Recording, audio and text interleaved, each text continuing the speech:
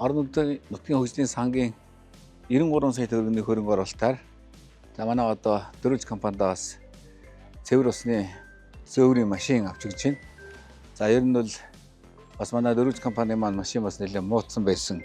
Айл өрхүүдээ энэ цэвэр усаар хангахад бас нэлээд хүндрэл учирч ирсэн. За энэ асуудлыг бас одоо өнгөрсөн жилээс эхэлж яриад бид нар бас тодорхой бас шалтгаанууд бол маш жоохон саатаад байсан. Тэгээд одоо энэ удаа бас ингээд тендер худалдаа авах ажил маань амжилттай болоод энэ сайхан одоо шинэ тендерийг хүлээлгэж өгч байна.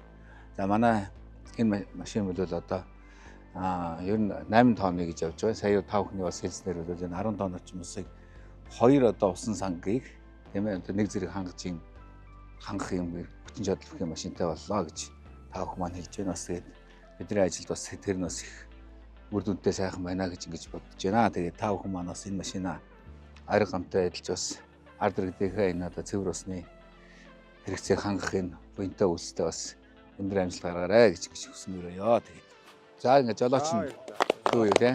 За тэгээд энэ алтан шар зам үзээтэй байхалтгүй.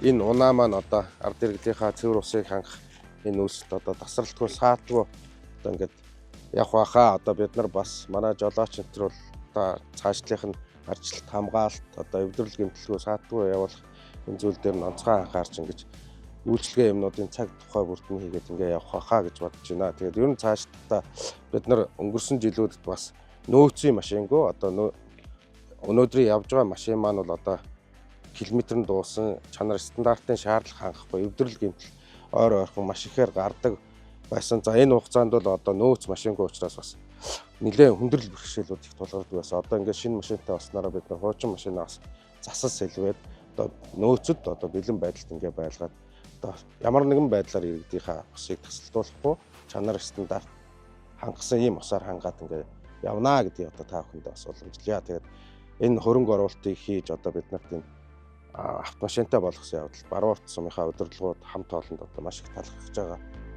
ташлан хэлье. За баярлалаа.